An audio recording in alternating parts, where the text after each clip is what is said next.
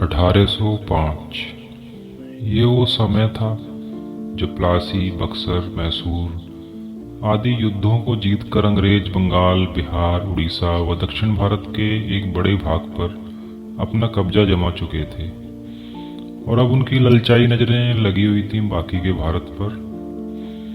तो सुनहरी मौका खुद चलकर पूना के पेशवा बाजीराव द्वितीय के रूप में उनके पास आ जाता है। हुआ ये कि 1795 में जो पेशवा माधवराव नारायण थे उनकी मृत्यु हो जाती है। उनके बाद रघुनाथ राव का निकम्मा पुत्र था जो बाजीराव द्वितीय, वो पेशवा बन जाता है। 1800 में नाना फड़नवीस की भी मृत्यु हो गई थी, तो बाजीराव द्वितीय को अपनी कुटिल योजनाओं को मूर्त रूप देने के लिए मौका मिल गया। यशवंतराव होलकर अपना होल्ड चाहते थे पूना के दरबार पर, जो पेशवा का दरबार था। वहां पर दौलतराव सिंधिया ने पहले से ही अपना होल्ड किया हुआ था पूना दरबार पर। इस बीच बाजीराव द्वितीय ने इंदौर राज्य के जो ये जसवंतराव होलकर थे, इनके भाई की बेरहमी से हत्या कर दी। उधर ग्वालियर राज्य के जो शासक दौलतराव सिंधिया थे, उन्होंने भी पेशवा बाजीराव द्वितीय का ही समर्थन किया। तो होलकर ने बदला लेने के लिए पूना पर आक्रमण कर दिया और पेशवा तथा सिंधिया दोनों को ही पराजित कर दिया एक साथ। फिर पूना पर विनायक राव को पेशवा बनवा दिया। विनायक राव था बाजीराव द्वितीय का दत्तक भाई। बाजीराव द्वितीय भागकर अंग्रेजों के पास पहुंच जाता है, उनकी शरण में चला जाता है, तो उनसे बसीन की संधि कर लेता है 1802। अब संधि के अनुसार अंग्रेजों को 26 लाख आय वाले क्षेत्र मिलने थे और सूरत शहर मिलना था।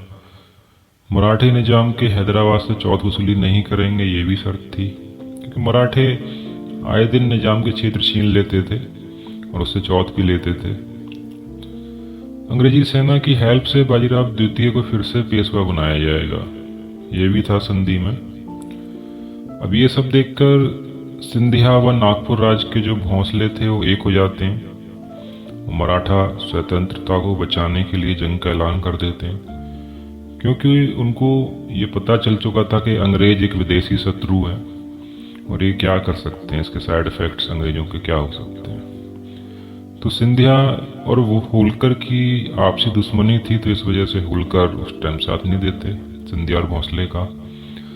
तो अलग होकर ही युद्ध की तैयारी करते हैं। मतलब उनको पता था कि युद्ध तो होगा जरूर, पहले इनको हम आपस में लड़ने देते हैं, फिर बाद में अंग्रेजों से हम लड़ेंगे। उनकी ये स्ट्रेटजी थी। बड़ौदा राज्य का गायकवाड़ पहले से ही अंग्रेजों की तरफ था, तो गवर्नर जनरल वेलेस्ली था उस समय वहाँ का अंग्रेजी गवर्नर जनरल भारत का। इसने उत्तर भारत की अंग्रेजी सेना का सेनापति बनाया जनरल लेक को, और दक्षिण भारत का सेनापति बनाया अपने भाई आर्थर वेलेस्ली को। ये आर्थर वेलेस्ली वही है जो 1799 में टीपू सुल्तान को हरा चुका था फोर्थ एंग्लो मैसूर वार में। उसी में टीपू सुल्तान की मृत्यु भी हो गई थी। आगे जाकर यही आर्थर वेलेस्ली नेपोलियन को भी हराएगा वाटरलू के युद्ध में 1815 में। इधर पेशवा को भी पता चल जाता है, गलती का एहसास हो जाता है कि उसे अंग्रेजों की शरण नहीं लेनी चाहिए थी, तो वो पेशवा भी चाहने लगता है कि भोंसले और सिंधिया मिलकर अंग्रेजों को भगा दें। लेकिन ऐसा नहीं हो पाता है। अंग्रेज भोंसले और सिंधिया को हरा देते हैं, तो भोंसले को मजबूरी में देवगांव की संधि करनी पड़ती है और सिंधिया को सुरजी, अर्जन गांव और बुरहानपुर की। इससे उनको काफ़ी क्षेत्र देने पड़ जाते हैं अंग्रेजों को। अंग्रेजी साम्राज्य पहले से दुगना हो जाता है। लॉर्ड लेक दिल्ली, आगरा, अलीगढ़ जीत लेता है। मुगल सम्राट भी अब अंग्रेजों के ही रहमो करम पे आ जाता है। पहले मराठों के अधीन था मुगल सम्राट, बस लाल किला था और लाल किले के आसपास थोड़ी बहुत दिल्ली थी। आज की जैसी पूरी दिल्ली भी नहीं थी उस समय मुगल सम्राट के पास।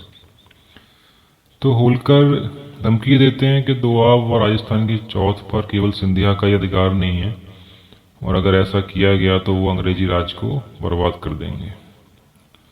तो युद्ध का प्रारंभ होलकर की ओर से ही होता है। जयपुर से वो चौथ की वसूली करते हैं, अजमेर की लूट करते हैं और कई अंग्रेजों को भी मार डालते हैं। अब 1804 में दक्षिण से आर्थर वेलेस्ली, उत्तर से लॉर्ड लेक, गुजरात से कर्नल मरे, इन सबको होलकर पर आक्रमण करने के लिए वेलेस्ली भेजता है। इधर होलकर ने भी कोशिश की कि भारतीय राजाओं का एक संघ बना दिया जाए जो इन अंग्रेजों को मिलकर भगा दें, लेकिन भारतीय कभी एक होते नहीं थे, यूनिटी थी नहीं आपस में। लॉर्ड लेक ने कर्नल मानसन को जयपुर की रक्षा के लिए भेज दिया, लेकिन होलकर ने उनको अंग्रेजी सेना को कर्नल मानसन को अच्छे से पीटा, उसकी युद्ध सामग्री, तोपें आदि बंदूकें सब छीन ली। लेकिन दिल्ली फर्रुखाबाद में होलकर की सेना की हार हो जाती है। तो ये वो समय था जब अंग्रेज अपनी जीत के लिए श्योर हो चुके थे, फूले नहीं समा रहे थे, फूल के कुप्पाई बन चुके थे। लेकिन उनको अभी ये नहीं पता था कि उनका सामना कुछ ऐसे योद्धाओं से होने वाला है जो बाजी को पलट के रख देंगे। भरतपुर की जो ये जाट स्टेट है, इसकी स्थापना की थी चूड़ामन और बदन सिंह ने। वैसे जैसे कि कुछ इतिहासकार मानते हैं कि भारत का प्रथम जाट राज्य था, ऐसा नहीं है। प्रथम जाट राज्य था एमपी में गोहद। इसकी स्थापना 1505 में ऑफिशियली हुई थी, वैसे पहले से ही था ये, क्योंकि इनको बमरोलिया जाट बोलते हैं। आगरा के पास बमरोली पड़ती है, उसके नाम पर इनका नाम पड़ गया। इनको 1068 में राणा की उपाधि मिली हुई थी तोमरों से। इन्होंने पृथ्वीराज का साथ दिया था। उसके बाद 1367 में मुस्लिम तुर्कों का वहाँ पर अधिकार हो जाता है, तो ग्वालियर के तोमरों से गठबंधन करके मुस्लिमों से गोहद को छीन लेते हैं। बाबर के खिलाफ भी ये लड़े थे, राणा सांगा का साथ दिया था खानवा के युद्ध में 1527। तो आते हैं भरतपुर पर। उस समय भरतपुर के जो राजा थे वो थे रणजीत सिंह, बहुत ही संस्कारी व्यक्ति। 1803 के युद्ध में वैसे इनकी लेक से एक छोटी मोटी संधि हो गई थी, लेकिन होलकर जैसे ही इन रणजीत सिंह से शरण मांगते हैं, सहायता मांगने पर ये अंग्रेजों को विदेशी बताते हुए तुरंत अपने भारतीय मित्र का साथ देते हैं और खुशी से होलकर को शरण देते हैं। अंग्रेज इनसे डिमांड करते हैं कि होलकर को उनको सौंप दें, लेकिन रणजीत सिंह कहते हैं कि शरण में आए व्यक्ति से कभी विश्वासघात नहीं करेंगे और क्षत्रिय धर्म का पालन करेंगे। 7 जनवरी 1805 को जीत के नशे में चूर जनरल लेक भरतपुर पर तोपों से हमला कर देता है। जाट भी अपनी तोपों का मुंह खोल देते हैं अंग्रेजों के ऊपर। युद्ध का प्रारंभ हो जाता है। दुर्ग की जो प्राचीर थी मिट्टी से निर्मित थी, तो कुछ जगह गिर जाती है। अंग्रेजी सेना खाई पार करके अटल दरवाजे से भरतपुर में प्रवेश करने के लिए आगे बढ़ती है। तभी हर हर महादेव की ध्वनि से लगता है जैसे पूरा ब्रह्मांड गूंज उठा। हर हर महादेव की गर्जना करते हुए जाट योद्धाओं का दल बाहर आता है और अंग्रेजी सेना का कत्लेआम करके उनको पीछे फेंकते चले जाते हैं।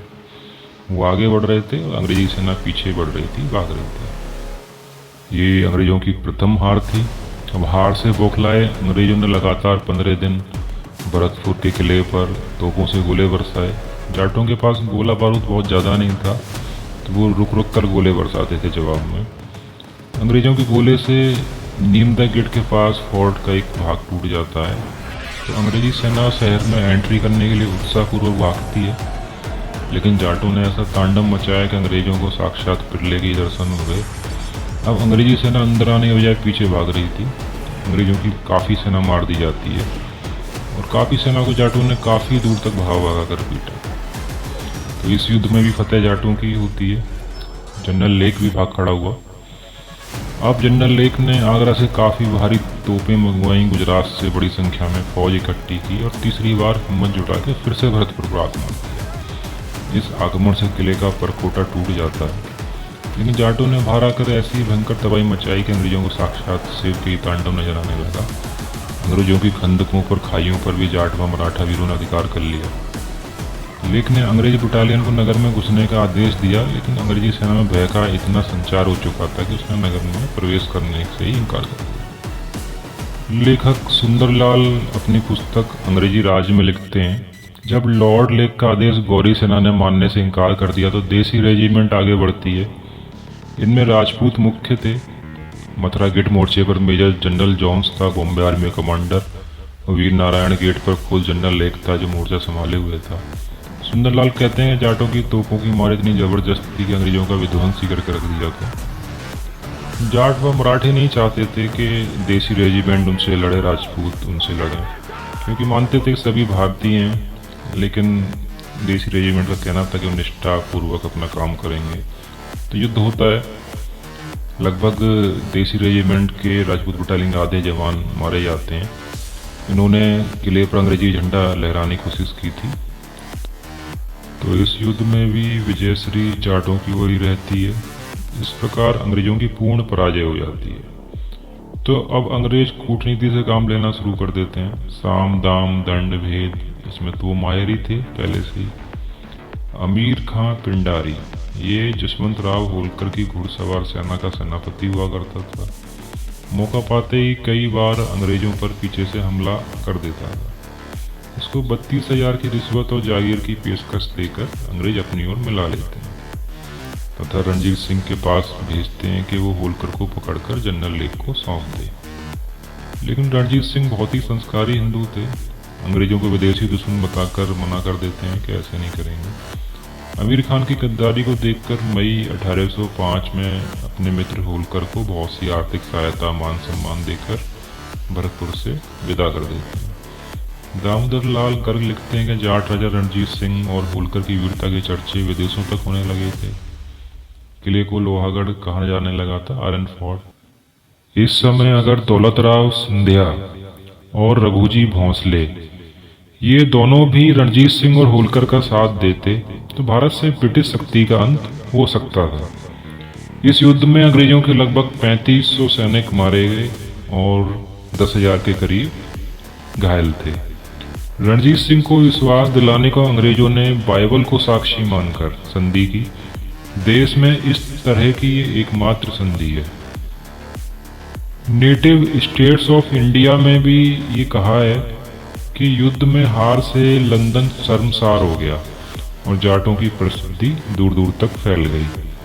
1826 में भरतपुर के शासक बलदेव सिंह की मृत्यु के बाद उनके पुत्र बलवंत सिंह को दुर्जन साल बंदी बना लेता है। तो बलवंत सिंह के समर्थक अंग्रेजों से सहायता की डिमांड करते हैं और खुद ही किले के गेट खोल देते हैं। तो अंग्रेज बहुत ही मामूली प्रतिरोध के बाद किले पर अधिकार करने में कामयाब रहते हैं और अपना पॉलिटिकल रीजेंट वहां पर नियुक्त कर देते हैं। लेकिन सेना और प्रजा ब्रिटिश से नाराज ही रही। 1857 के विद्रोह में फिर से उन्होंने अंग्रेजों पर हमला किया। 20 से अधिक अंग्रेजों को बंदी बना लिया और बाकियों को भरतपुर से खदेड़ दिया।